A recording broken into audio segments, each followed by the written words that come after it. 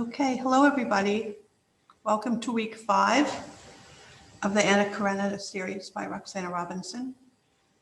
And I don't have any particular messages today, so Roxana, I think I'll just let you go right ahead. All right, welcome everyone. It's snowing hard up here in the northwest corner of Connecticut, which feels very Russian. The only time I went to Russia was in November, and it was like this. So this reminds me of my Russian roots, that 3-week period when I was Russian. Welcome to all of you. And let me remind you that the Cornwall Library is following the lead of the Metropolitan Museum, and we are suggesting a donation of $20 per session. If that's in your budget, we'd be grateful. If it's not in your budget, you are more than welcome to participate. You're part of our community now. So I hesitate to start exactly at 4:01 because I know people will come in late. On the other hand, as a friend of mine said, in respect to all the people who arrived on time, we will start on time instead of making you wait for other people.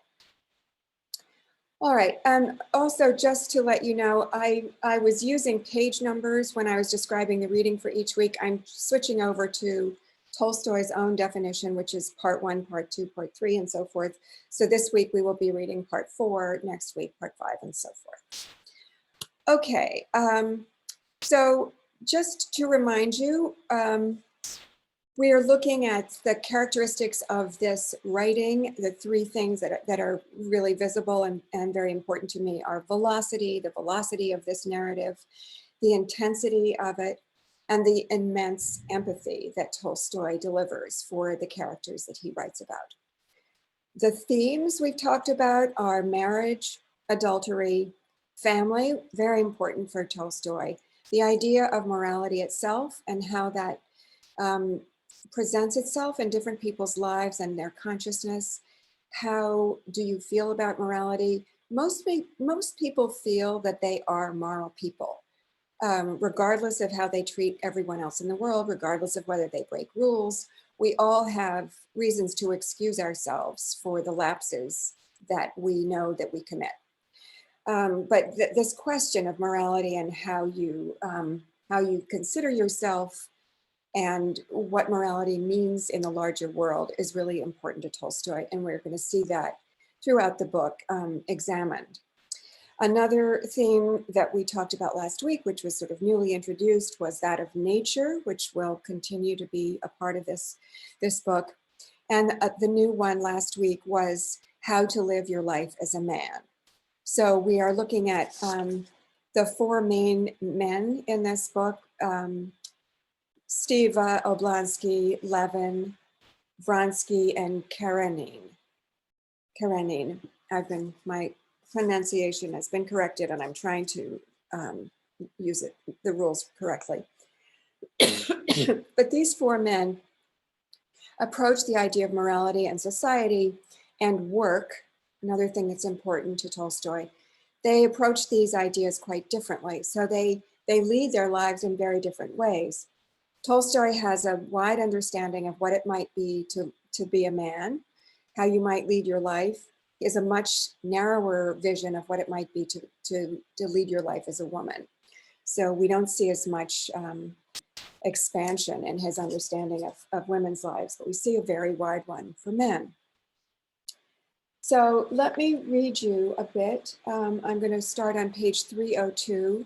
And this is about Vronsky, and it's really the first time that we've seen Vronsky presented in any depth. We have recognized the fact that he's incredibly handsome, he's dashing. We were told he was immensely rich, which turns out not to be completely true. He was ambitious, he had a great career ahead of him. And we know he's intensely charismatic and dashing and sexy and charming, because he is charmed and sort of entranced to women that we know very well. But we weren't really told much about his character or the way he led his life, except for the race, the day of the race, when we found the things he did were driven by a certain amount of passion for Anna and also that sense of intensity that any kind of competition arouses. So we watched him get through that day in a way that was filled with tension and a sense of commitment. The terrible disaster that took place on the racetrack is kind of confusing to us. He is a man who he loved the horse clearly, and yet we can't forgive him for what he did to the horse, not breaking her back by mistake, but by kicking her in the belly and kicking her with his heel, which somehow is worse. So Vronsky is a complicated character, and Tolstoy won't allow us to simply dismiss him as somebody who's a rude, a brute. He's not a brute. And when Anna tells him that she is pregnant, his response is deeply honorable.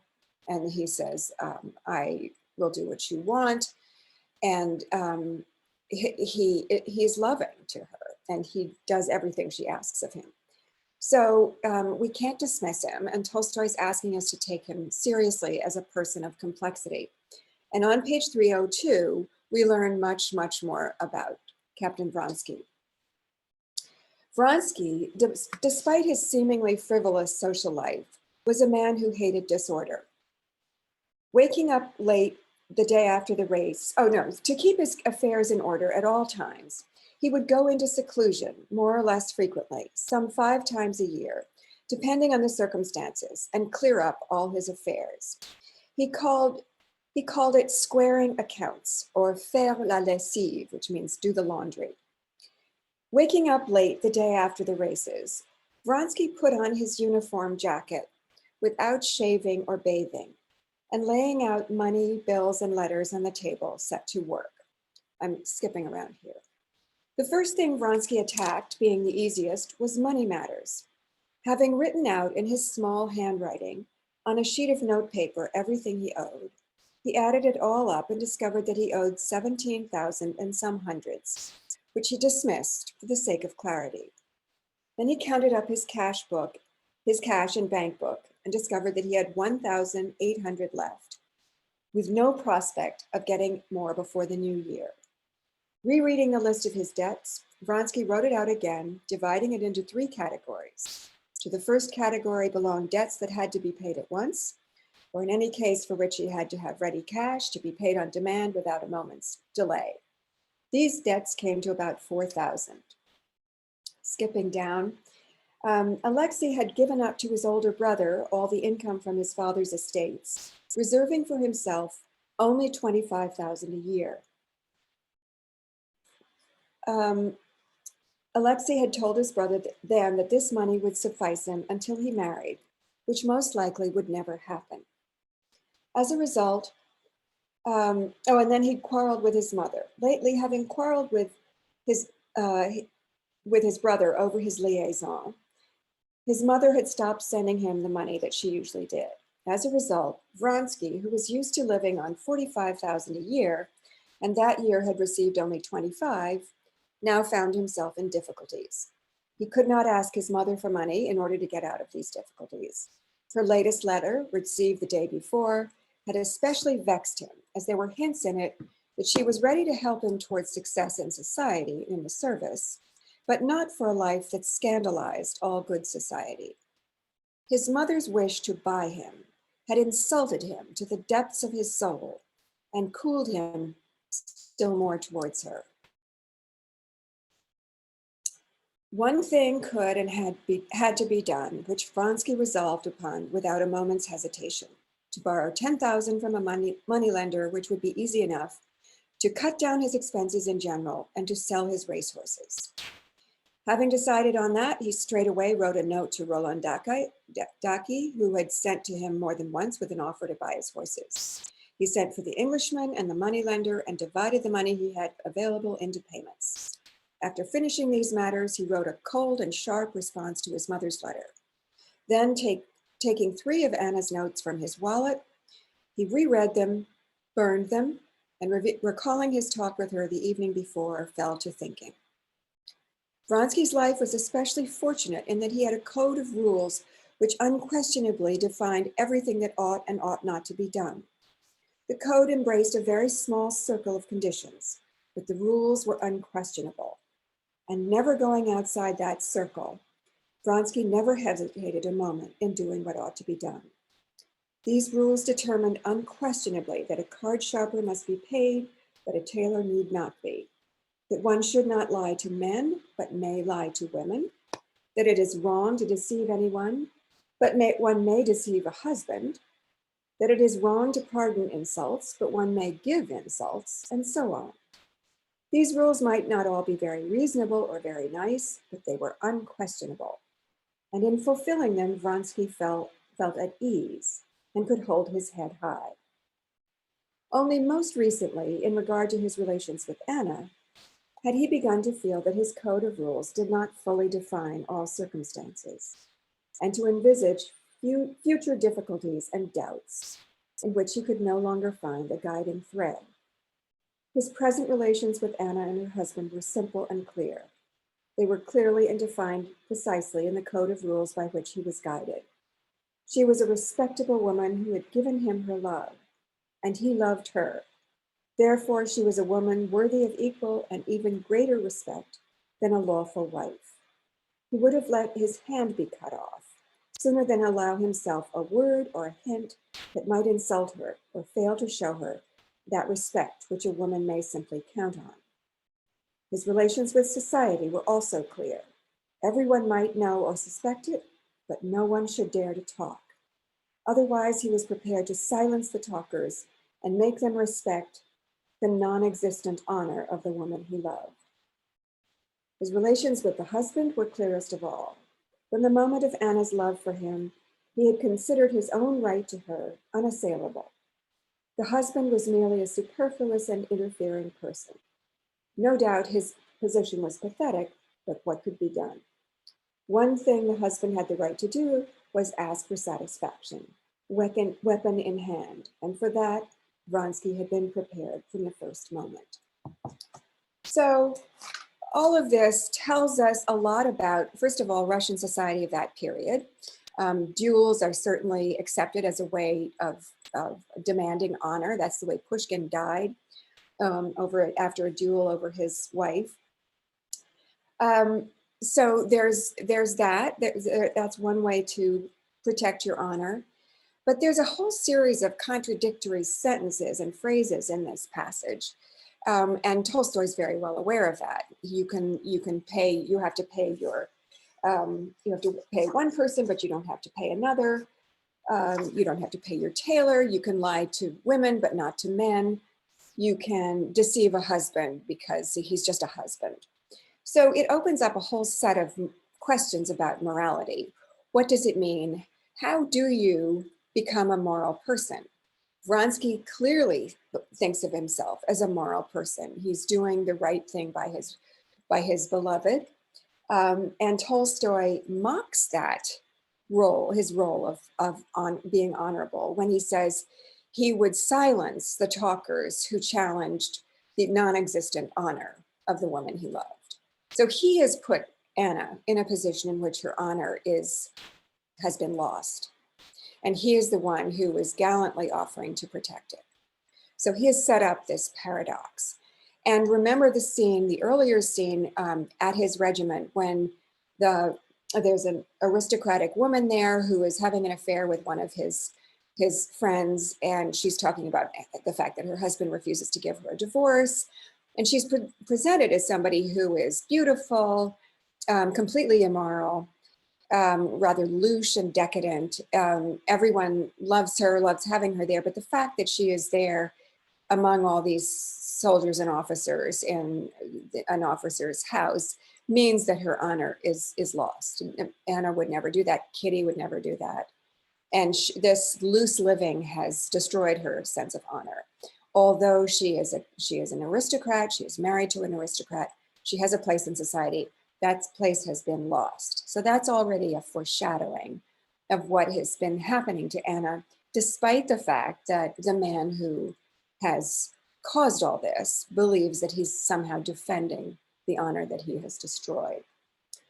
So we have this presence of Vronsky, who believes he's acting in her best interests and his own, that he's a man of honor as an officer and a gentleman. And we have Steva Oblonsky to compare him to. And as a matter of principles, Vronsky, you could say, has higher principles, better principles than Steva. We know that Steva is not sitting down to do his laundry. He's not making a list of the debts he owes. He's not going to hire a moneylender and pay them. He certainly isn't going to sell his horses. Not that he has horses. He's selling his wife's wood, which he has no right to. He just has spent the money, so he has to sell it. And he's not going to give up his ballet dancers, who are a big cost to him. So in that sense, in this sense of totting up the costs of their behavior, Vronsky comes off as much more moral and much more responsible than Steva. So Tolstoy is asking us to consider these different ways of being a man. And then we have Karenin, who is also a man of morals and principle. And we have been shown the way he's behaved. And we know he's very good and responsible in his office. He's somebody who always follows through, who is a man of ideas, who is a man of ambition. Unlike Steva, he really wants to get ahead. He wants to receive some kind of award for his work. So, and he's a man who would never betray his wife. He is not deceptive.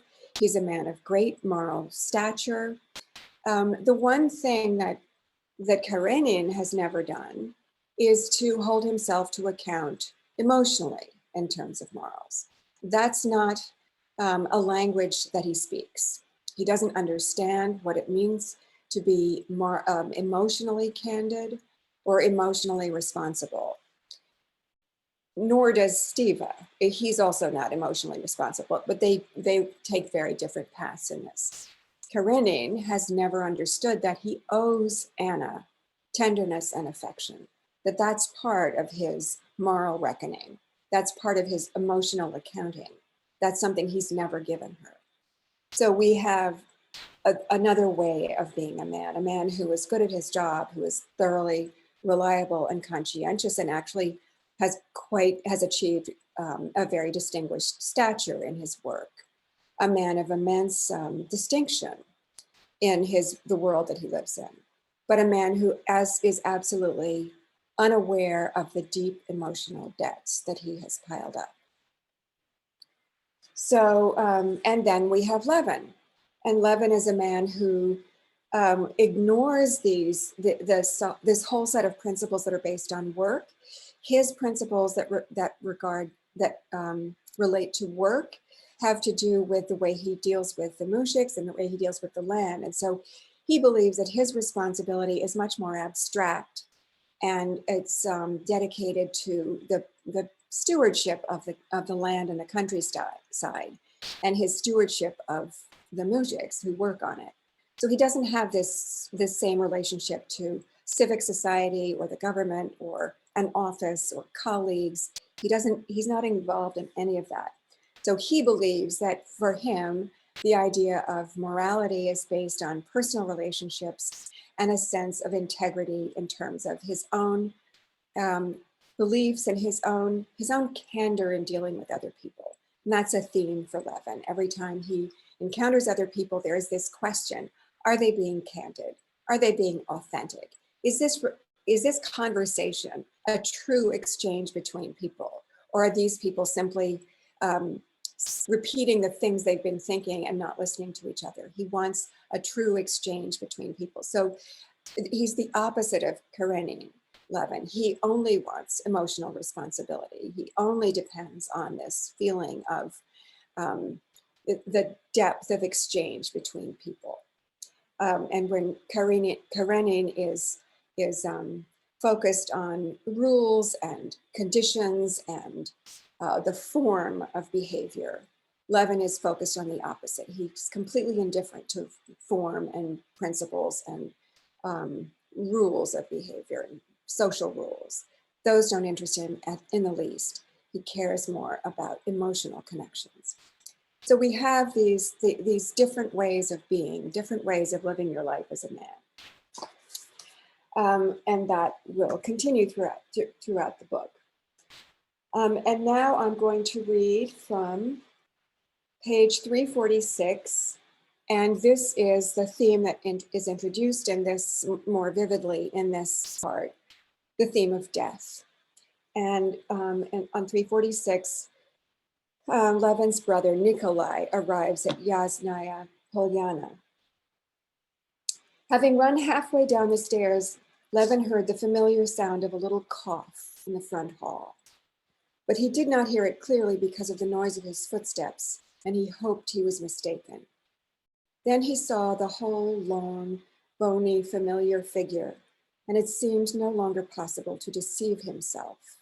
Yet he still hoped that he was mistaken, and that this tall man taking off his fur coat and coughing was not his brother Nikolai. Levin loved his brother, but being with him was always a torment. Now, under the influence of the thought that had come to him and of Agafya Nikolaevna's reminder, he was in a vague, confused state, and the imminent meeting with his brother seemed especially difficult.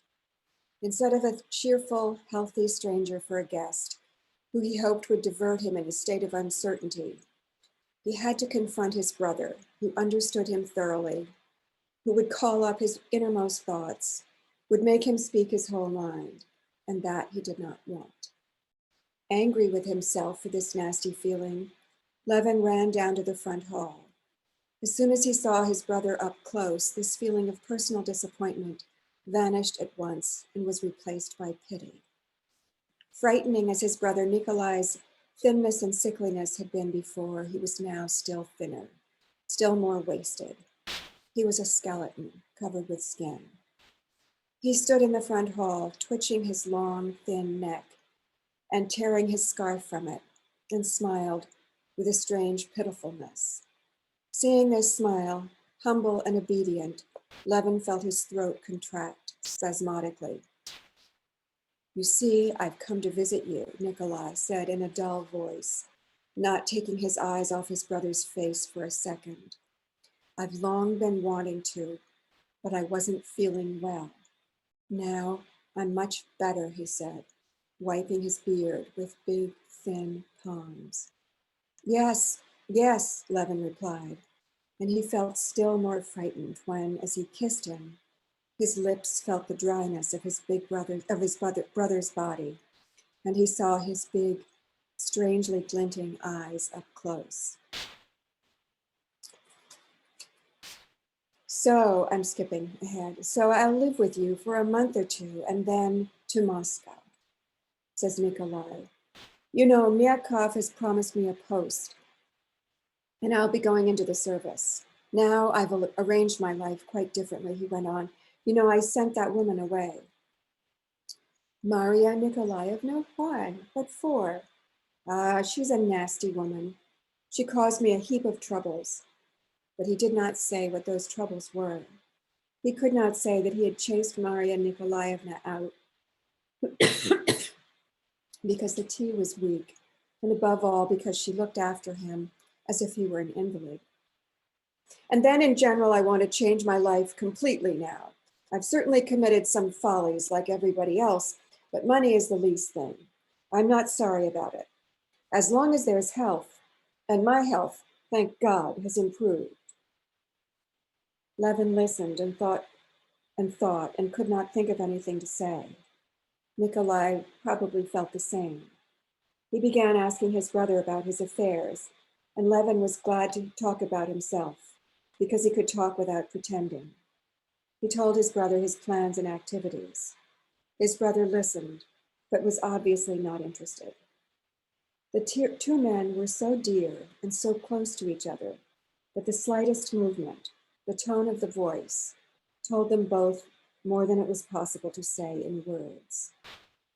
Now they both had one thought: Nikolai's illness and closeness to death, which stifled all the rest. But neither of them dared to speak of it. And therefore, everything they said, without expressing the one thing that preoccupied them, was a lie. Never had Levin been so glad when an evening ended and it was time to go to bed. Never with any stranger on any official visit had he been so unnatural and false as he had been that day. And his awareness of and remorse for this unnaturalness made him more unnatural still. He wanted to weep over his beloved dying brother, and he had to listen and keep up a conversation about how he was going to live. As the house was damp and only one room was heated, Levin had his brother sleep in his own bedroom behind a screen. His brother lay down and may or may not have slept, but being a sick man, tossed and grumbled when he was unable to clear his throat. Sometimes when his breathing was difficult, he said, "Oh my God." Sometimes when phlegm choked him, he said vexedly, "Ah, the devil." Levin lay for a long time listening to him. His thoughts were most varied, but the end of all his thoughts was one: death. Death, the inevitable end of everything, presented itself to him for the first time with irresistible force. And this death, which here in his beloved brother, moaning in his sleep and calling by habit, without distinction, now on God, now on the devil, was not at all as far off as it had seemed to him before. It was in him too. He felt it. If not now, then tomorrow. If not tomorrow, then in 30 years. Did it make any difference? And what was this inevitable, what this inevitable death was, he not only did not know, he not only had never thought of it, but he could not and dared not think of it. I work, I want to do something, and I've forgotten that everything will end, that there is death. He was sitting in his bed in the dark, crouching, hugging his knees and thinking, holding his breath from the strain. But the more he strained to think, the clearer it became to him, and it was undoubtedly so, that he had actually forgotten, overlooked in his life, one small circumstance, that death would come and that nothing could possibly be done about it. Yes, it was terrible, but it was so. Yet I am still alive, and what am I to do now? What am I to do? He said in despair. He lit the candle, got up carefully, went over to the mirror and began to examine his face and hair. There were gray hairs in his temples. He opened his mouth. The back teeth were beginning to go. He bared his muscular arms. Yes, good and strong. But Nikolenka, who was lying there breathing with the remains of his lungs, had also had a healthy body once. And he suddenly remembered how, as children, they had gone to bed at the same time and had only waited for Fyodor Bogdanich to leave before they started throwing pillows at each other and laughing irrepressibly, so that even the fear of Fyodor Bogdanich could not stop this overflowing and effervescent consciousness of life's happiness. And now this crooked and empty chest, and I not knowing what will become of me or why. Ah, ah, ah, the devil. What's this pottering about? Why aren't you asleep? His brother's voice called to him. I don't know, just insomnia. And I slept well. I don't sweat now. Look, feel the shirt. No sweat. Levin felt it, went behind the partition, put out the candle, but did not sleep for a long time. He had just partly clarified the question of how to live when he was presented with a new, insoluble problem: death. So he's dying. So he'll die towards spring. So how can I help him? What can I say to him? What do I know about it? I even forgot there was such a thing. I'm skipping. Levin felt himself guilty and could do nothing about it. He felt that if they both had not pretended but had spoken, as the phrase goes, from the heart, that is, only what they both actually thought and felt, they would have looked into each other's eyes, and Konstantin would have said only, "You're going to die, to die, to die." And Nikolai would have answered only, "I know I'm going to die, but I'm afraid, afraid, afraid." And they would have said nothing else if they had spoken from the heart. So That's, as I say, this is a new introduction of a theme, and Tolstoy became very involved with this notion during this period in his life. He was sort of obsessed with the idea of it, and he did have a brother who died of tuberculosis, which was fatal at that time. So the fact that Nikolai comes to stay with him and coughs horribly and has lost so much weight, and has glittering eyes, we understand that this is fatal and terminal, and there's no possibility of his recovery. So Tolstoy writes in this terrible, tragic irony, the fact that Nikolai tells us over and over that he's better, that he's going to start a new life. He equates his youthful follies, which had to do with gambling and losing money and living with the gypsies. He equates that with his loss of his health. So he says he's turning over a new leaf. But Levin understands, and we understand, that that's not possible, that he has lost the possibility of hope in his life, that he is a man walking towards his own death. So typically, because Tolstoy believes that candor and truth are central to leading your life in the best way possible, candor and truth become a part of his understanding of what's happening to Nikolai. So we see this conversation between them in which Nikolai is lying because he must, in order to believe in the fact that he can take another breath, he must lie in order to live, even the few months he has left. And Levin, being Levin, cannot lie and cannot have a conversation with him that Nikolai wants, and so is caught in this terrible trap of both the grief that is approaching him and the sense that candor and truth are denied him. So he introduces that into to the text. And now I will, as Tolstoy does, I will change the tone of things and read one of my favorite passages in the book. This is starting on page 402. And this is the passage after Levin and Kitty have finally come to an understanding at that dinner party given by Stiva. And so Levin is in a state of rapture. And because Tolstoy finds emotion so important, and emotion is such a great engine in this book, emotion transforms Levin, and it transforms this scene, and it transforms the entire world. The streets were still empty. Levin walked to the Sherbatskys' house. He's been up all night because he's so excited. The front door was locked and all were asleep. He walked back, went to his room, and asked for coffee. The day lackey, not Yegor now, brought it to him. He wanted to get into conversation with the lackey, but they rang for him and he left. Levin tried to drink some coffee and put the roll in his mouth, but his mouth decidedly did not know what to do with it. He spat out the roll, put on his coat, and again went out to walk around. It was past 9 when he came to the Sherbatskys' porch for the second time.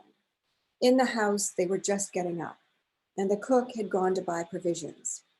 He had to live through at least another 2 hours. All that night and morning, Levin had lived completely unconsciously and had felt himself completely removed from the conditions of material life. He had not eaten for a whole day, had not slept for 2 whole nights, had spent several hours undressed in the freezing cold, yet felt not only fresh and healthy as never before, but completely independent of his body. He moved without any muscular effort and felt he could do anything. He was certain he could fly into the air or lift up the corner of the house if need be.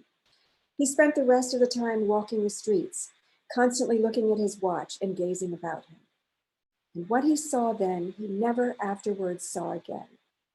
He was especially moved by children going to school, the gray-blue pigeons that flew down from the roof to the pavement, and the white rolls sprinkled with flour that some invisible hand had set out. These rolls, the pigeons and the 2 boys, were unearthly beings. All this happened at the same time. A boy ran up to a pigeon and, smiling, looked at Levin. The pigeon flapped its wings and fluttered off, sparkling in the sun amidst the air trembling with snow dust. while the smell of baked bread wafted from the window as the rolls appeared in it. All this together was so extraordinarily good that Levin laughed and wept for joy.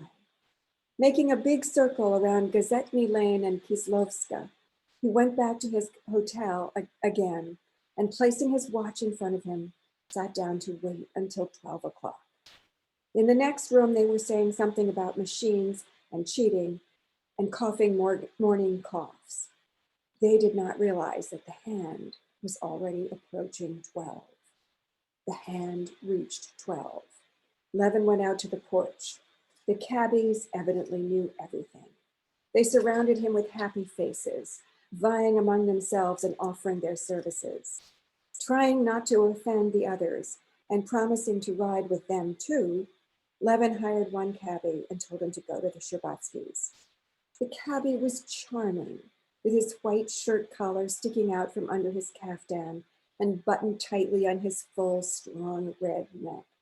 The cabbie's sleigh was high, smart, the like of which Levin never drove in again. And the horse was fine and tried to run, but did not move from the spot. The cabbie knew the Sherbatskys' house, and with particular deference to his fare, rounded his arms and shouted, "Whoa!" as he pulled up at the entrance. The Sherbatskys' hall porter certainly knew everything. That could be seen by the smile of his eyes and by the way he said, "Well, you haven't been here for a long time, Konstantin Dmitrievich."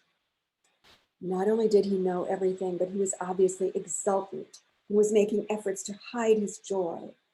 Looking into his dear old eyes, Levin even understood something new in his happiness. "Are they up?" "Come in, please. You might leave it here," he said, smiling, as Levin was about to go back for his hat. That must have meant something. "To whom shall I announce you?" asked the footman.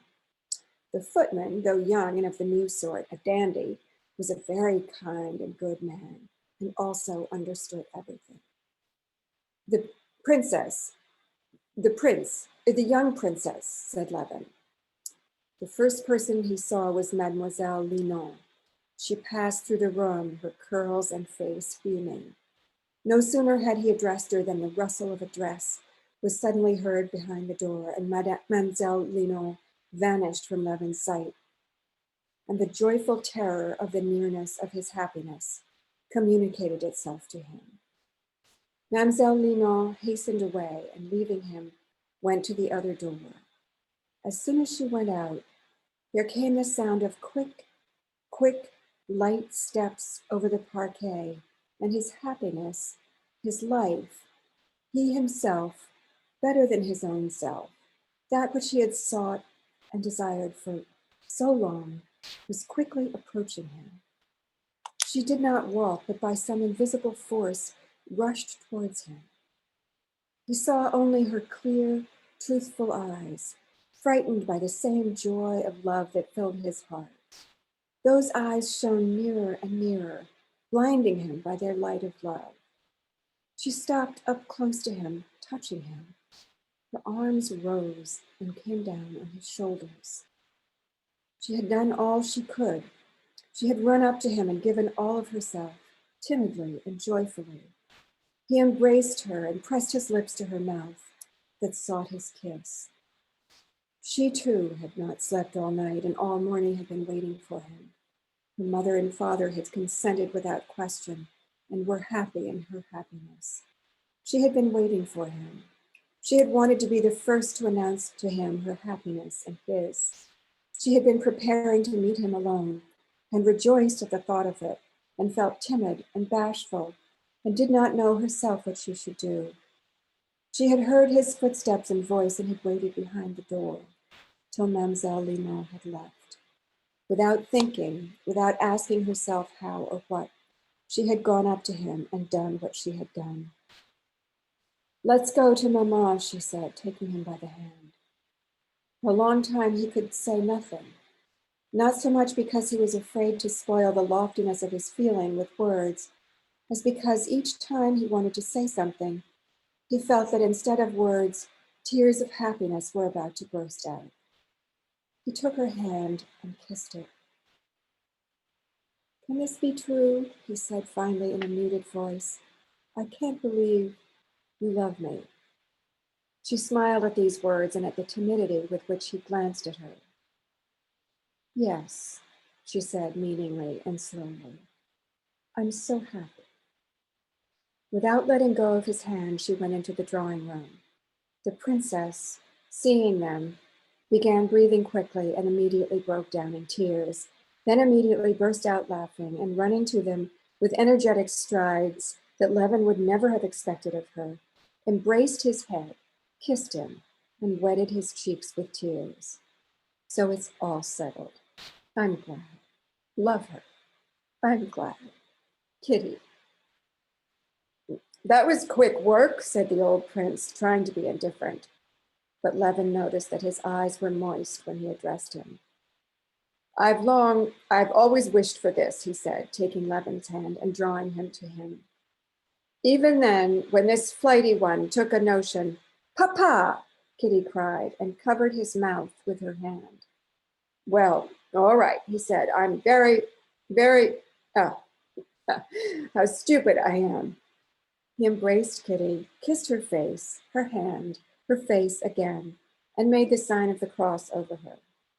And Levin was overcome by a new feeling of love for this man, previously a stranger to him, the old prince, when he saw how long and tenderly Kitty kissed his fleshy hand.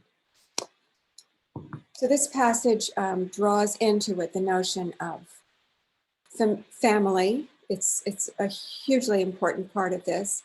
And the whole point of Levin's happiness in his delight at Kitty's love for him is expanded and transformed and made larger by the fact that her family is so close to her, that her parents are a part of this, that they are both in tears of happiness at the happiness that they feel that's being visited on their daughter.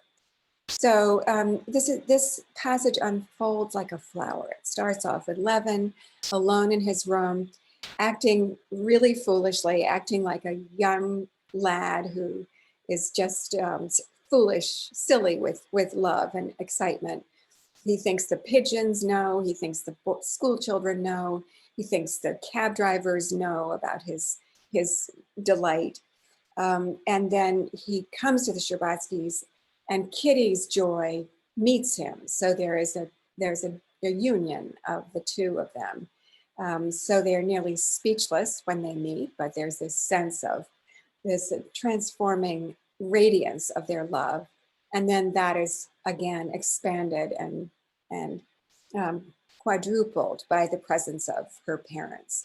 So this is something, again, that Tolstoy takes enormously seriously. The notion of family, the notion of marriage, the notion of what a family means in terms of supporting each other, of wanting each other's happiness. We've seen this throughout this book. The Sherbatskys sort of shine as a family that takes each other's happiness very seriously. And will do anything for each other to maintain that sense of happiness. So it's a wonderful passage. And again, be aware that we are sort of reading Levin as the counterpart to Tolstoy. And it's so charming the way Tolstoy makes fun, gentle fun of Levin, because Levin often does foolish things. And it's one of the things that I find so endearing about Levin. And in this, he's really foolish and also enchantingly happy, and happy for a reason that we all understand and enters into our hearts as well. So that's that theme of marriage and love and family. And then I'll end with the last passage I'll read, which is we're going back into the story of Anna and Vronsky, and this is the scene. This is on page 411, and it's the scene in which Anna is near death. She's in her bed at home, and she calls for Alexei, her husband, to come to her, and he comes, and Alexei Vronsky is there as well. So it's the first time that the three of them, it may be the only time, I've never thought of this, but it may be the only time that the three of them are together. And so this triangle is intensely fraught. And Tolstoy, as always, does something which we completely don't expect. There is such emotional velocity in this scene. Tolstoy asks us to enter into the hearts of all three of these people and to find things that, find emotions and actions that we did not expect. Alexei Alexandrovich went into her boudoir. At her desk, his side to the back of the low chair, sat Vronsky, his face buried in his hands, weeping. At the sound of the doctor's voice, he jumped up, took his hands away from his face, and saw Alexei Alexandrovich. Seeing the husband, he was so embarrassed that he sat down again, throwing his head down between his shoulders as if he wished to disappear somewhere. But he made an effort, stood up, and said, "She's dying. The doctors say there's no hope. I am entirely at your mercy, but allow me to be here. However, I shall do as you please. Alexei Alexandrovich, seeing Vronsky's tears, felt a surge of that inner disturbance that the sight of other people's suffering produced in him, and averting his face, without waiting for him to finish, he hastily went to the door. From the bedroom came Anna's voice, saying something. Her voice was gay, animated, with extremely distinct intonations. Alexei Alexandrovich went into the bedroom and approached the bed. She lay with her face turned towards him. Her cheeks were flushed red, her eyes shone, her small white hands sticking out of the cuffs of her jacket, toyed with the corner of the blanket, twisting it. She seemed not only healthy and fresh, but also in the best of spirits.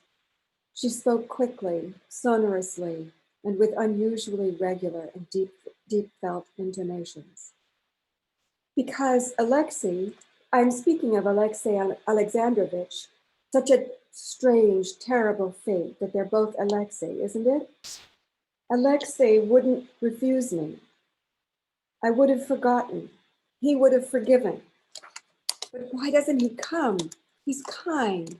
He himself doesn't know how kind he is. Ah, my God, what anguish. Give me water, quickly. It will be bad for her, for my little girl. Well, all right, let her have a wet nurse. I agree. It's even better. He'll come. It will be painful for him to see her. Take her away. Anna Arkadyevna, he has come. Here he is, said the midwife, trying to draw her attention to Alexei Alexandrovich. Oh, what nonsense, Anna went on, not seeing her husband. But give her to me. Give me my little girl. He hasn't come yet. You say he won't forgive because you don't know him. No one ever knew him. Only I did. And even for me, it was hard.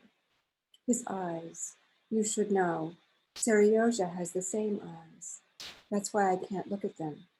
Did Seryozha have his dinner? I know everybody will forget. He wouldn't have forgotten. You must move Seryozha to the corner room and ask Mariette to sleep with him. Suddenly she shrank, fell silent, and fearfully, as if expecting to be struck, as if shielding herself, raised her hands to her face. She had seen her husband. No, she began. I'm not afraid of him. I'm afraid of death. Alexei, come here. I'm hurrying because I have no time. I haven't long to live. I'll be feverish soon and won't understand anything. Now I do understand. I understand everything. I see everything. Alexei Alexandrovich's pinched face acquired a suffering expression. He took her hand and wanted to say something, but was quite unable to speak. His lower lip trembled, but he kept struggling with his agitation and only occasionally glanced at her.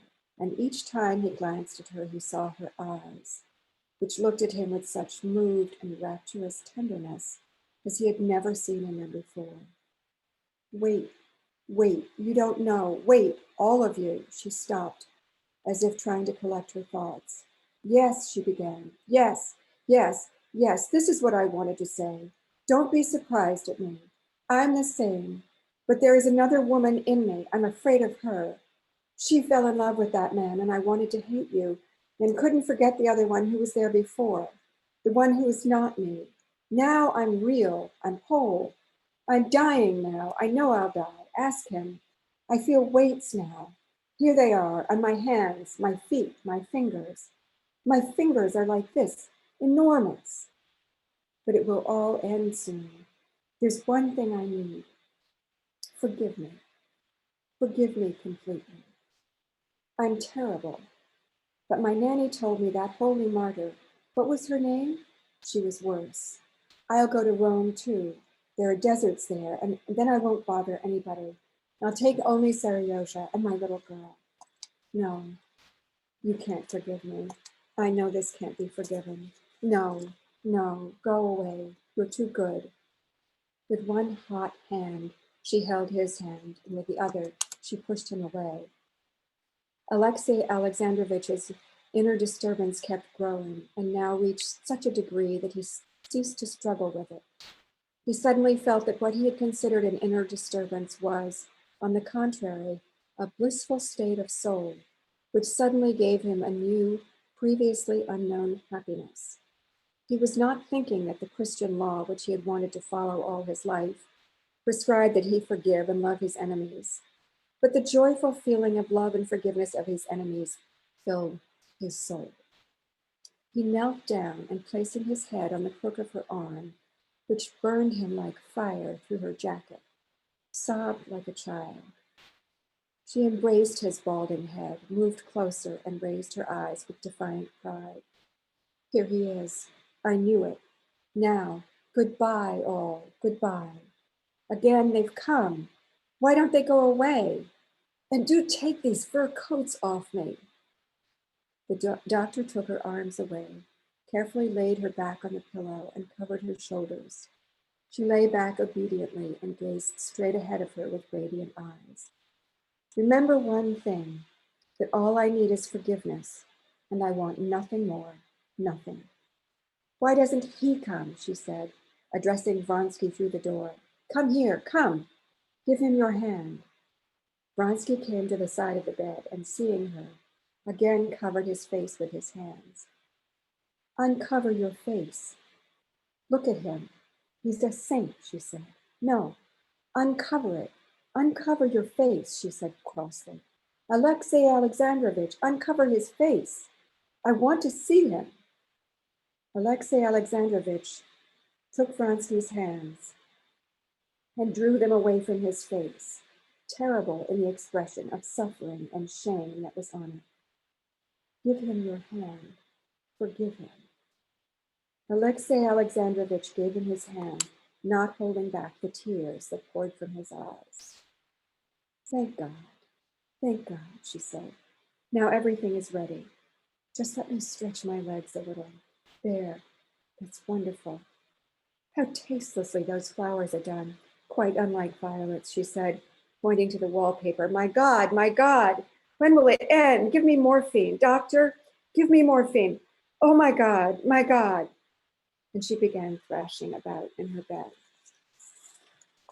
So that scene allows us or asks us to enter into Anna's misery, her own sense of desolation and despair, her sense of connection and commitment to her husband, and the spurning that she offers to Vronsky. So in this scene of near death, Tolstoy asks us to consider what it's like for Anna to be nearing death, to be facing a kind of final judgment, and she herself judges herself and declares what it is she needs and what she wants. And she asks from the man she married, the man she vowed to live with for the rest of her life, she asks his forgiveness. She turns away from the man that she has abandoned her husband for. And Tolstoy, who really has a boundless sense of empathy, allows us to enter into Karenin's mind and his feelings as he sees his wife in a state that he's never seen her before. Anna has been a wonderful wife to him. She's been beautiful and effective and efficient. She's a wonderful mother. but he's never seen her in such distress, in such straits. He's never seen her offer him such tenderness either. So the two of them have reached a place in their marriage that they have never occupied before. And Vronsky, in the presence of this, in the house that represents their union, that represents their place in society, that is a physical manifestation of their spiritual and legal union, he is a stranger there. He's an outsider. He covers his face.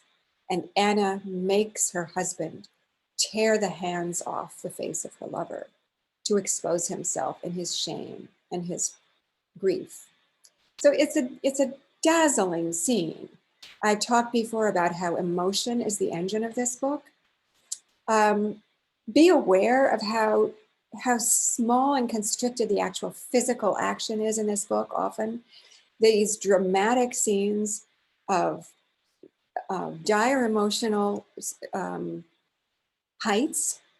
This scene of great tragedy takes place with almost no physical movement at all. Anna is lying in bed. Karenina walks in. He calls Vronsky in. Karenina moves Vronsky's hands. But this is one of the most passionate scenes in literature. It's so powerful. There is such a sense of grief and longing and heartsickness to the very depths of Anna's soul, and Karenina's and Vronsky's. The three of them are locked into something for which there is no foreseeable exit. So that's what I have to say at the beginning of this. You are welcome to unmute yourselves, and I will raise some questions that people sent in during the week, and I'll answer those, and then I welcome more questions or observations that you have.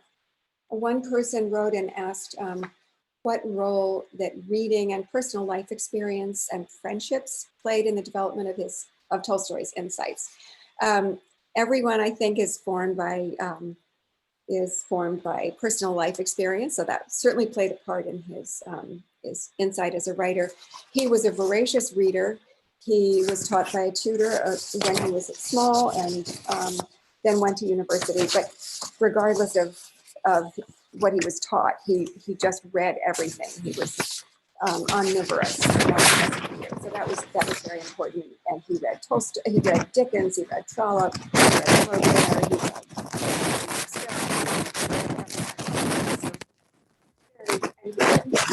Please mute themselves unless you're asking a question. Thank you so much. So anyway, reading was a big part of his consciousness as a writer.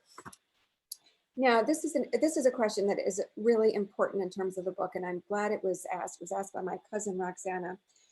Could you elucidate on what Tolstoy describes when he says that Anna felt things had begun to go double in her soul? It's a really not exactly sinister, but it's an alarming image. The idea that Anna has gone double in her soul. And we will see it again. Tolstoy refers to that again as part of the book and as part of Anna's development, what happens to her as a person.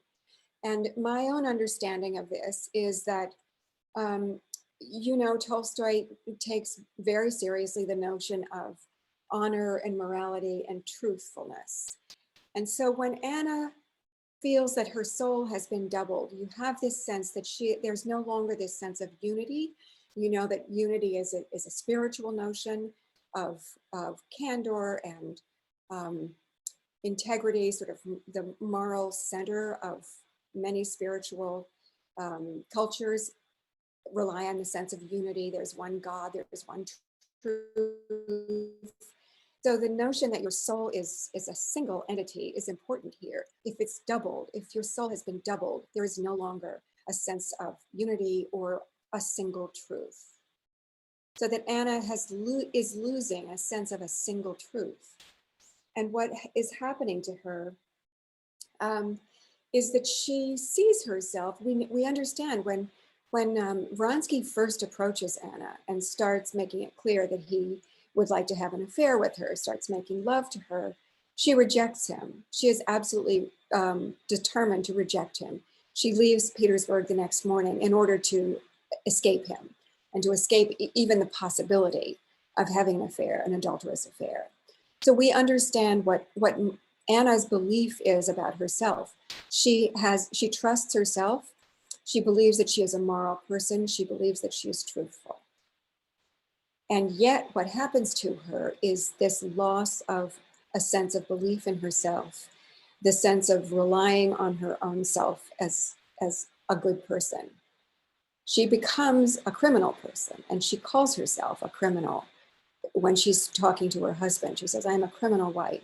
I'm bad. I'm a bad person. And yet that's not who Anna is. Anna is a person who is an absolutely devoted mother. She doesn't lie to other people. She is caught in a current that she cannot resist, that has swept her into behavior that she cannot condone. So she is becoming a person she cannot tolerate. And so her soul has become doubled. She is two people now.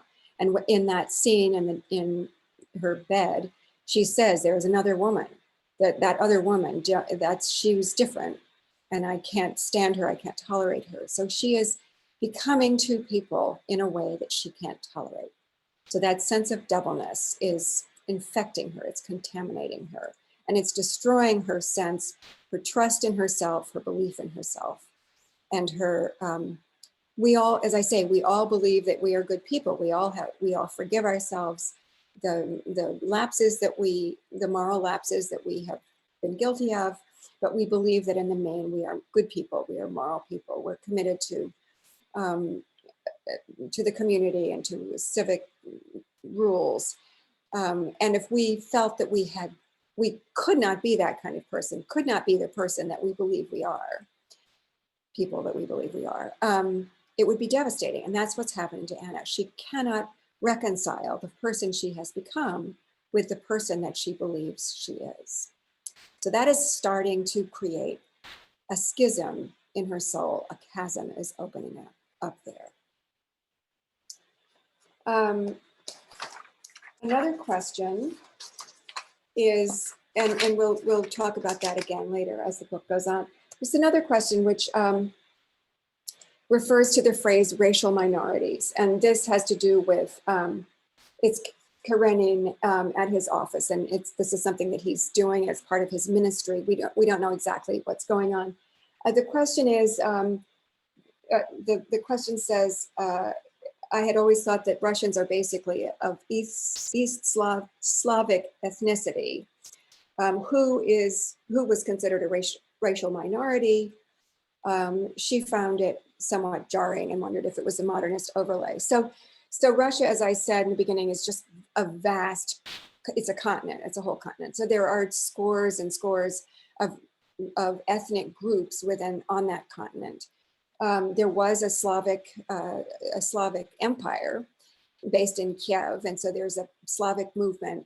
But it also goes all the way to China, it goes all the way down to India, and it goes all the way to Europe. So there are people in different parts of it that have separate languages, they have separate tribal identities, separate cultures, and separate heritages. So I don't think this is a slur to refer to these people.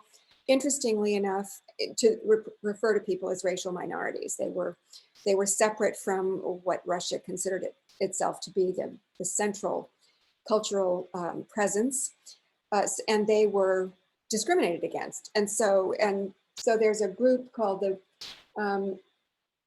Bashkirian people who are east of Samara, and they're a Turkic tribal nomadic group.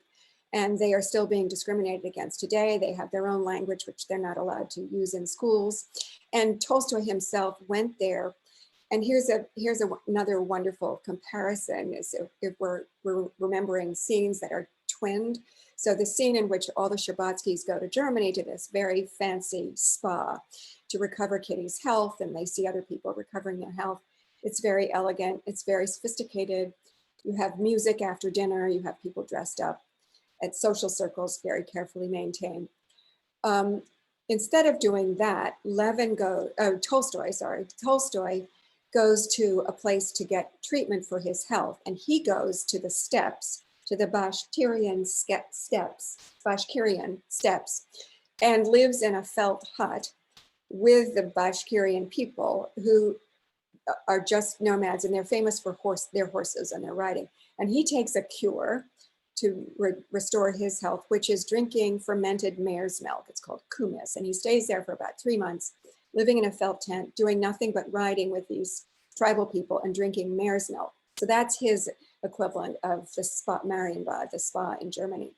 When Tolstoy did this, he became very enamored of that landscape, which is very austere. There are no trees, there are no hills, there are no lakes. It's just flat land, and great for riding horseback, but not great for anything else. But he decided that he would buy some of that land and use it for agricultural reasons.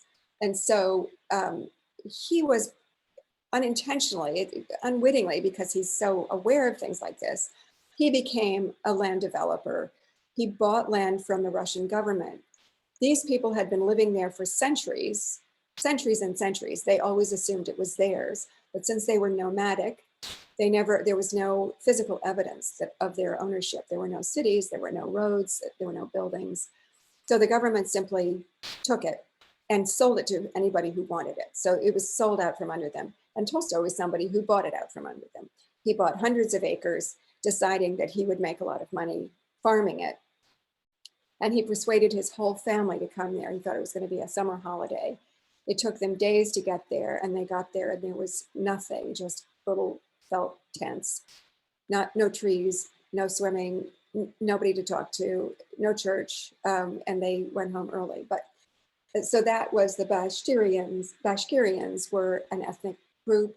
The Chechnyans were, still are, separate entities. So I think that that's what it was referring to, just a whole landscape of smaller ethnic groups that were asking for their rights to the central government.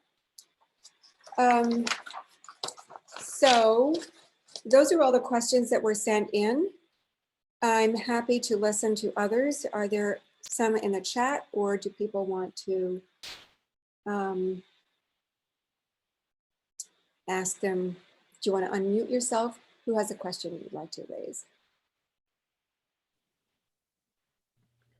Roxana, this is Shari.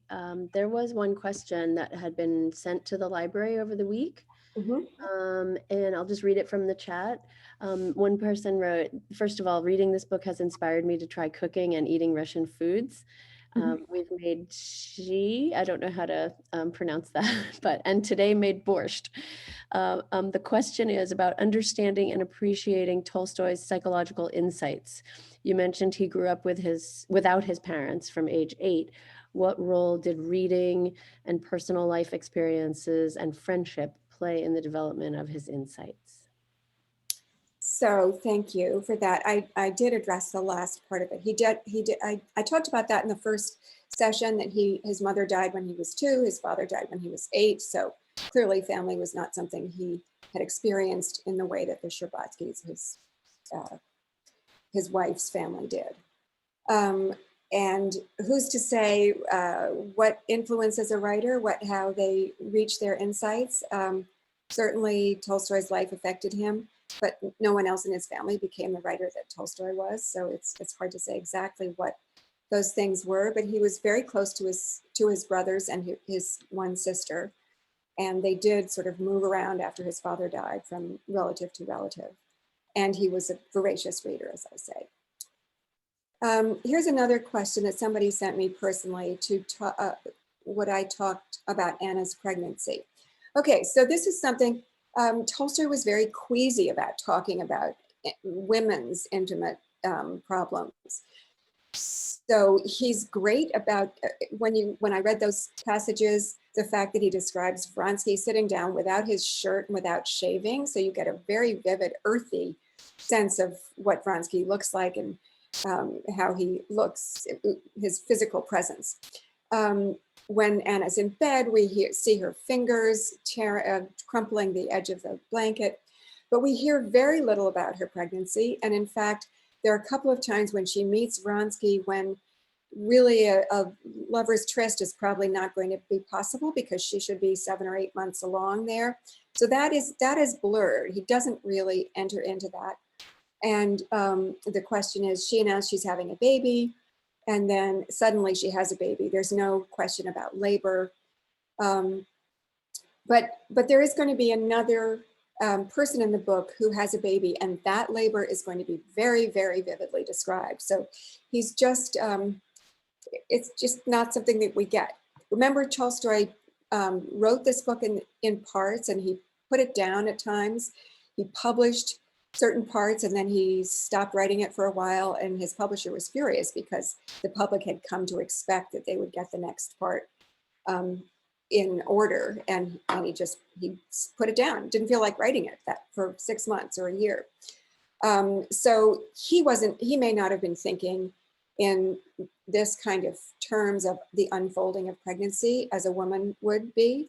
And I agree with you. It's kind of, you don't really have a sense that he's paying attention to that. Anna nearly does die from, I think she has puerperal fever. And remember, this is before antibiotics, and women died of childbirth all the time. It was a very, very common way for women to die. There was no contraception. Tolstoy's wife, I think, had 13 pregnancies or maybe 11. So, you know, my belief is that one reason the idea of the wicked stepmother is so prevalent is that so many women died in childbirth, and their children were raised by stepmothers. Stepmother was a really common presence culturally in the 19th century. So she may die. There's no antibiotic, nothing can bring her back. If she doesn't simply live through the fever, the peak of the fever, she will die, and everyone expects that. And in the 19th century, death was very imminent. You could die of infection in 3 days. So that's certainly something that everyone in that room is aware of. The midwife, the doctor. We saw how lame the doctor was when Kitty was ill. They're recommending Poland water and I don't know what, breathing deeply. So you don't have the sense that doctors are really in control here, and Anna is very close to death.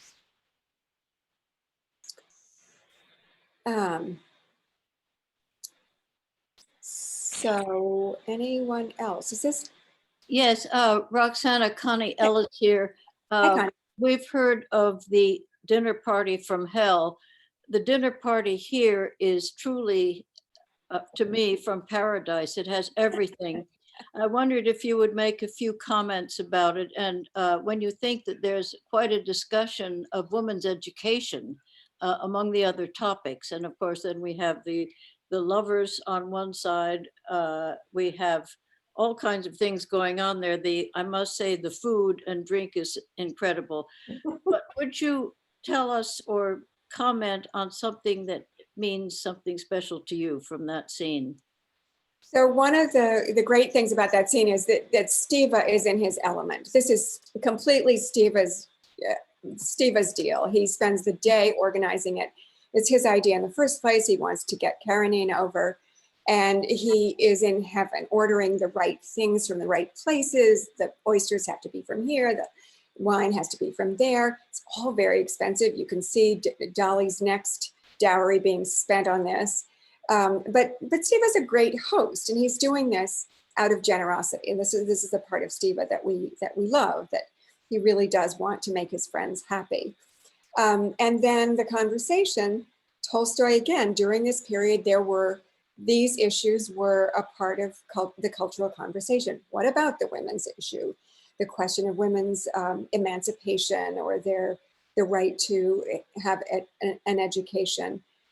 There isn't really a very strong voice that supports women's education. And you can see in the book itself, the 3 women here, Kitty, Dolly, and Anna, none of them is really educated. They're all smart.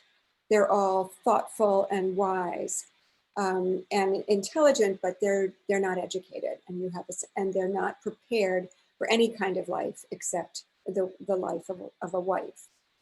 But these are questions that Tolstoy thinks about, and that everyone in the room has to talk about. The prince, who is, I find, deeply sympathetic, mocks the whole idea of women's emancipation. That's not something he's willing to discuss or consider. And he makes us laugh at the idea because he says, I'm going to complain because I'm not allowed to be hired as a wet nurse. So that sort of silences everyone in the room. You can't answer that.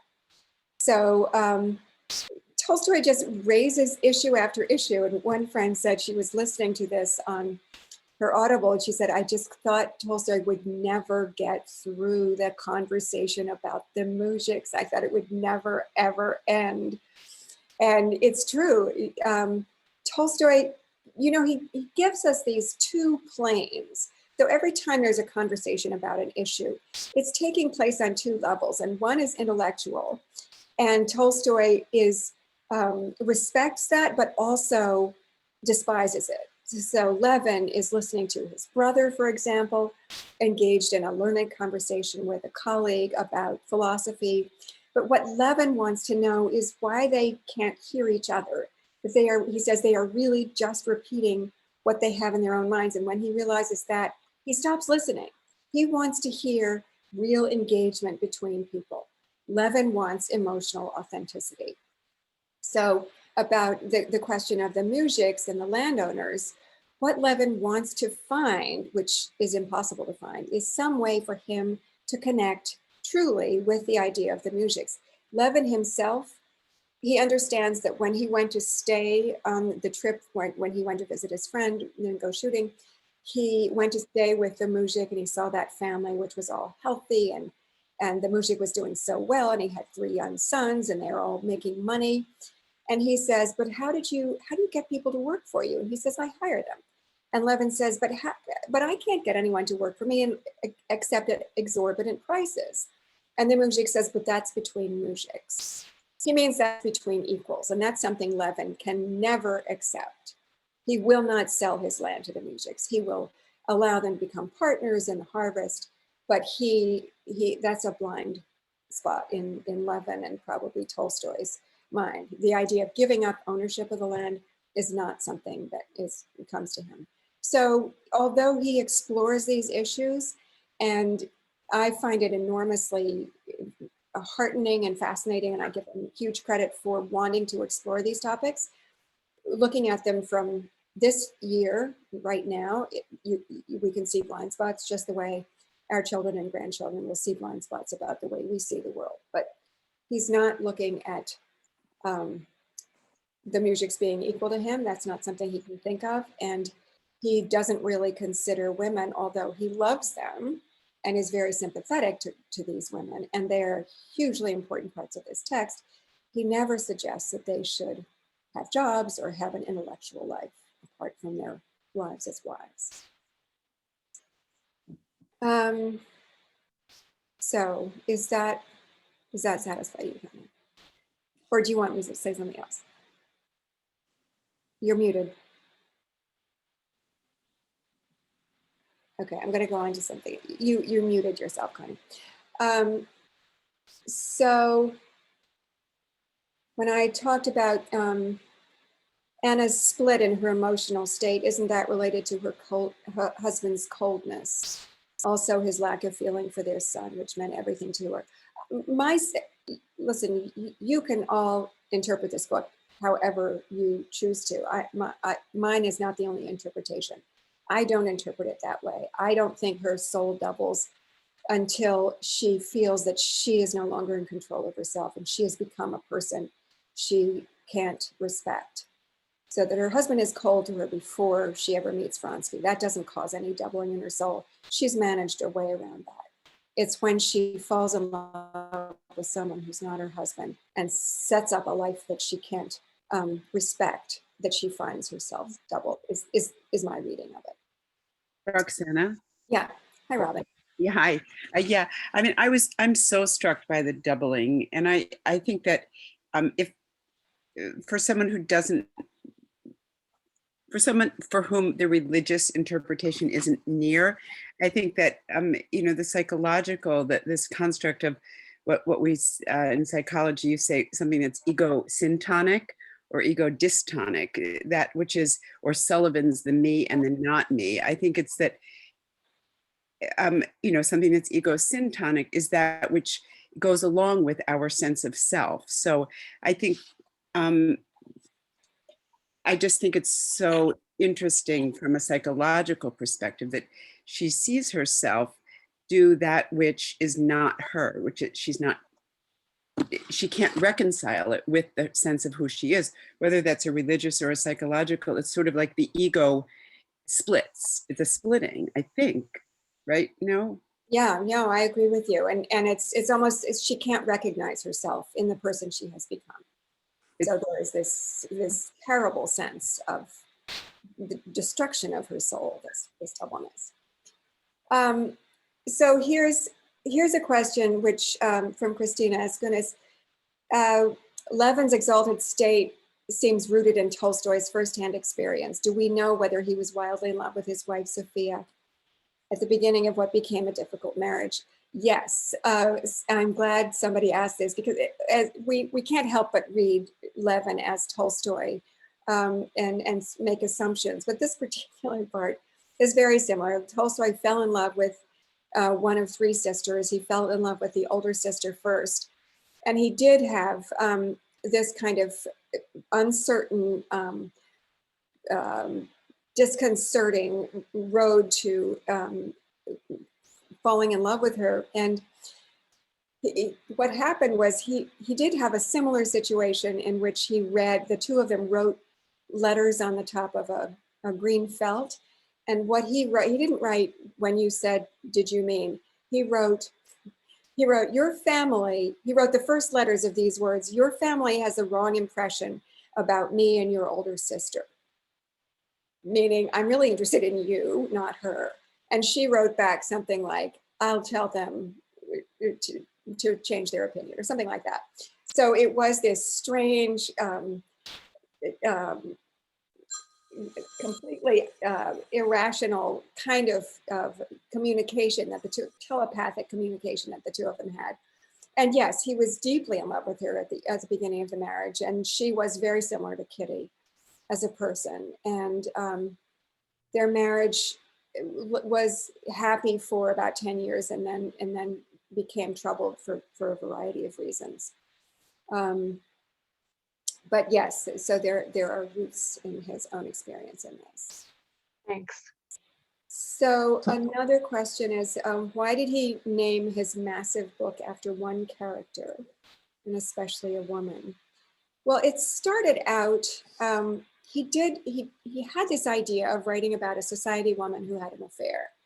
And he drew on certain circumstances that he knew about for that idea, but that was the central plan. It was not going to have Levin in it. The first draft didn't have Levin and Kitty in it. It was just going to be Anna and Vronsky and the story of the destruction of her marriage, really. And then he, once he added Kitty and Levin, that changed the balance and shifted the book a lot, but he kept that name. So it's a little like Madame Bovary. It's kind of, in 19th century opera, many of them are named for the woman. The woman is the vessel of the emotion, the vessel for tragedy. So the book is about a lot more than the woman. I mean, the opera will maybe, Tosca is about a lot more than Tosca herself, but she's the vessel for the tragedy. She's the vessel for our emotions. So in this book, Anna is the vessel for this huge cascade of emotions that we are asked to experience during it. So I was thinking that if he wanted to go for a big title like, for instance, War and Peace, he could have called it Love and Death. And in fact, that's what Woody Allen called his send-up of Russian novels movie, Love and Death. But I think Anna Karenina is fine. I wanted to bring it back to Vronsky, and there's just so much material to cover in these little 100-page sections. The encounter with Serpuhovskoy, kind of his peer, who had gone on to exceed him because he had lived a different kind of life. And there's this wonderful exchange with them about women, where Serpuhovskoy talks about a woman is like a fardeau, she's a burden, and that the way to get ahead in life is you get married, because then it's like having a backpack and both your hands are free. But if you get involved like you are with these women, and if they have high standing in society, it's worse. It's just, you're just this burden you're dragging around, it's going to drag you down. So just, I thought, two guys talking, I thought that was a very interesting little section. It's great. Yes. Thank you for raising that. And it also expands our understanding of Vronsky's life. Remember, in that passage that I read, it says that he has turned over his part of the family estate to his brother until he gets married, which he says will probably never happen. And when his friend comes back, Serputovsky, Serpuhovskoy. thank you. When his friend comes back, there is this celebration and a greeting of him, and they have this big regimental party and they all dance. So he gives us a little window into military life. And I was trying to imagine the dance that they would do, because these are not Cossacks, these are men of distinction, but what kind of dancing are they doing? There are no women there, it's all men. So they're dancing. I don't know whether they're doing the kicking, or if they're just, I don't know what, they're not waltzing. I don't know what they're doing, but they're dancing. They kiss each other on the mouth. Did you notice that?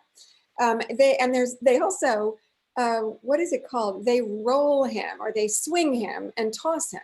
They swing and toss the officers. So there's this sense of enormously vivid and this life that can be lived as an officer without getting married. And remember that beautiful woman who broke the coffee pot when he came home before. So women are in these men's lives, and he doesn't have to get married. He can spend his whole life as an officer, living with his regiment, admired, loved, having drinking parties, dancing with each other, and he can go to the gypsies, or he can have liaisons with society women. So that's a part of Vronsky that Tolstoy is just touching on, and it just opens up this whole vista of another way to lead your life as a man.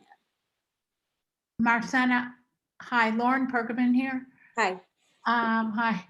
I was wondering about Kitty. She was so excited to get Levin back into the mix, let's say. She wanted so badly for him to come back for her. And then they do get together, and they're all very excited, and everybody's happy and so on. But I wasn't quite sure if she was really in love with him, or maybe partly in love with him and partly relieved that she wasn't going to be single forever. Do you have any thoughts on that? Well, again, I think this is going to be, each person will interpret it for him or herself. My sense is that Kitty was so young. She's maybe 18 when she was at the ball with Vronsky. And at that age, it's hard to separate emotions from excitement, and who knows what love is. You're in love with somebody on TV. So it was enormously exciting for her to think that Vronsky was in love with her, which he seemed to be. And if he had asked her to marry him, they probably would be married, right? Not now, but then. So my sense was that she did think she was in love with Vronsky, but she also felt something very strong for Levin. She was confused. She knew her parents thought Vronsky was clearly the better match. He was brilliant, he was rich, he was the right age. So she was sort of being urged by this current of family and the social world towards Vronsky. And Vronsky was very, very appealing. But she felt something underneath for Levin, and that's clear on this when they meet each other skating. She doesn't know what to say. She doesn't know how to explain it. You have a sense that she knows his soul. She knows he's a man she can trust and a man she admires. And there's some kind of tenderness for him, which she doesn't know how to identify. And it's not useful for her right then. It's much safer for her to tell him, don't pursue me because I'm taken, which she thought she was.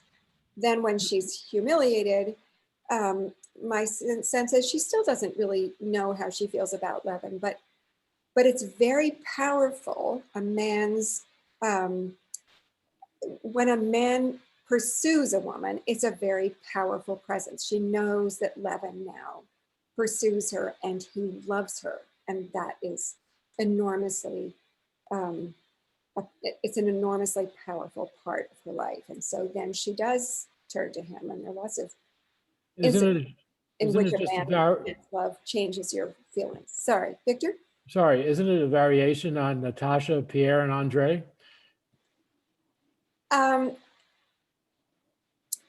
And the, I can't remember the name of the guy that came in between that screwed up the Andre, Natasha. Who almost kidnaps her, but doesn't. Right, yeah. I guess so. I mean, I find War and Peace incredibly frustrating. I think the characters are much less clearly defined. They're much less reliable.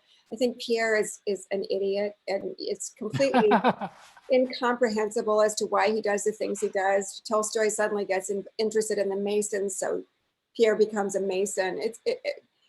He's supposed to be his father's favorite child, and his father sends him away at the age of 10 for 10 years and never sees him. So how does that, and what did he do in Paris? How did he grow up knowing nothing? He comes to Moscow and he doesn't know anything.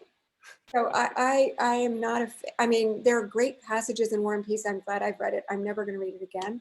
I thought it was the greatest book ever, but okay.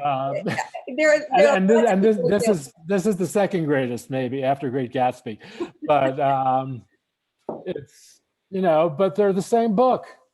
They really are the same book, Anna Karenina and War and Peace. With a little, you know, the background's just different. And the characters and the story. Well, Natasha, Andre, Pierre, and the guy that kidnapped her are the same people. So anyhow. But I mean, I agree with you that Natasha and Kitty seem very, very similar. That's a model that he has in his mind, and a young woman he loves and who's very beguiling. So anyway, no, it's a great thing to bring up. There's certainly similarities.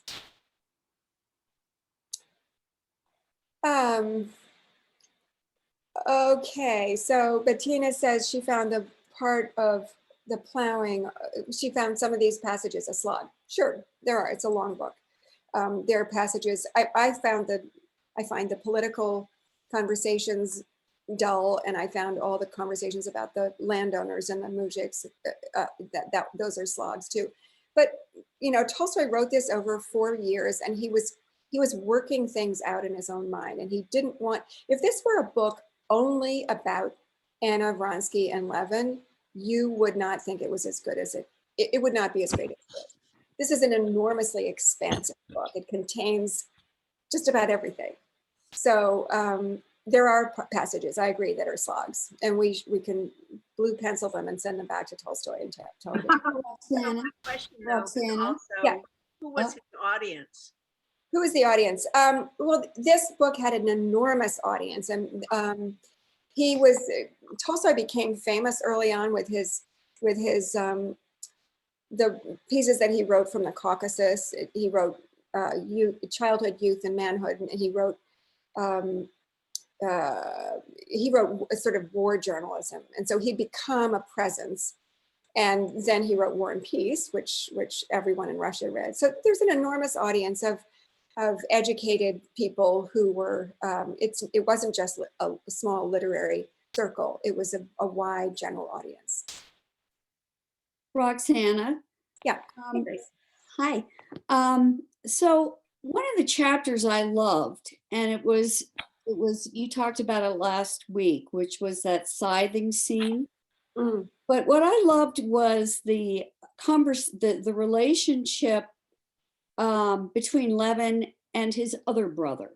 I think he's the older brother, the philosopher, the intellectual. And that whole way in which they looked at the natural world totally differently. And that the scything scene goes back to your point about authenticity. That Levin really experienced working in and being in the natural world. And his brother came, it was a place to lie about in the grass and look at the pretty trees. I just thought that was a wonderful sequence. Absolutely, it's a great issue to raise. So his brother is there as a tourist. He's there on vacation. Levin is there as a worker, and he can't lie in the grass and think of nothing, because he lies in the grass and thinks, I'm crushing the grass. First of all, it's going to make it harder to scythe.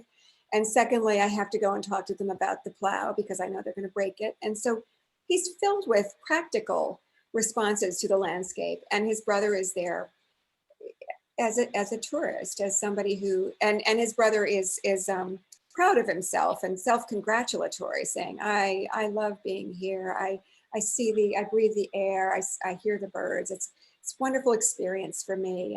And I love mujiks. I really, I find them wonderful people. And Levin thinks, I don't love them or hate them. I have relationships with individuals, but I'm not thinking of that. So Tolstoy is very deliberately drawing that comparison between the two ways of looking at the landscape.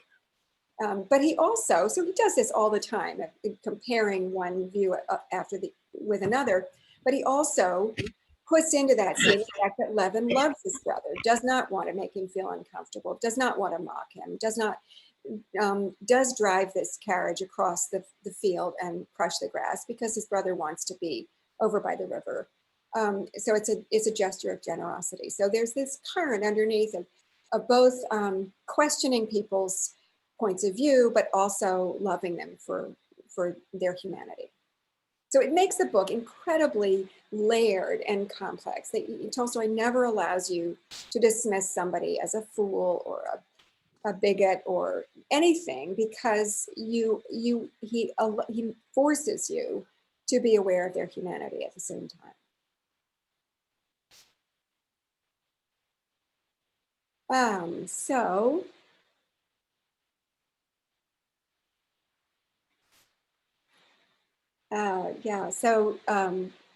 We can talk about the Russians trying to figure out agriculture post-serfdom is interesting, and knowing that they never quite figure it out, collective farms are what await these poor mujiks, which is true, and it's not quite clear what Levin has in mind instead of that. There are all these complicated arrangements of sharing harvest and buying the shed or putting up a shed, and nobody seems to get it. But we still haven't worked out really the best way of agriculture. We have huge corporate farms with gigantic machinery that requires chemicals that are destroying the rivers. Maybe the small individual farm is still what's best for the planet. I don't know. Nobody has figured out this. And one of the things that Tolstoy says is Russia is so large that the personality of the mujik is adapted to the fact that there's such a large space, and that they have to, I forget what he says that they have to do because there's so much, but it's an interesting idea that people would have evolved personalities in response to the fact that the country is so big. I don't think anybody grows up thinking this is a big country, I have to behave in a particular way, but Tolstoy is floating theories to deal with the fact of the land and the people who work on it. He wasn't apparently a particularly good farmer. He never made much money on the land, as he says to one of the other landowners who say the same thing. So I don't know whether he suffered from the things he writes about, that the people who work for him would never accept these new routines, or whether they really were not suited for the landscape he was working in. But he certainly was dedicated to it and struggled with the ideas behind it. And they make for interesting conversations, but not great novel narratives.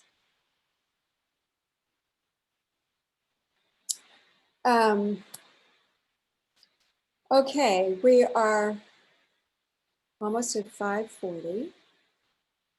So I am going to close things down. Thank you all for coming. As I said last time, if you have it in your budget to donate $20, the library will be very grateful. If you've already done that, I thank you. Have a wonderful week. Next week, we will read part 5. Thank you all for coming. I am enjoying this enormously, so I hope all of you are as well. Thank you, Roxana. Thank you, Roxana. Thank you, Roxana. Thank you, Roxana. Thank you. Thank you. Thank you. Bye. Thank you. Warm. Bye.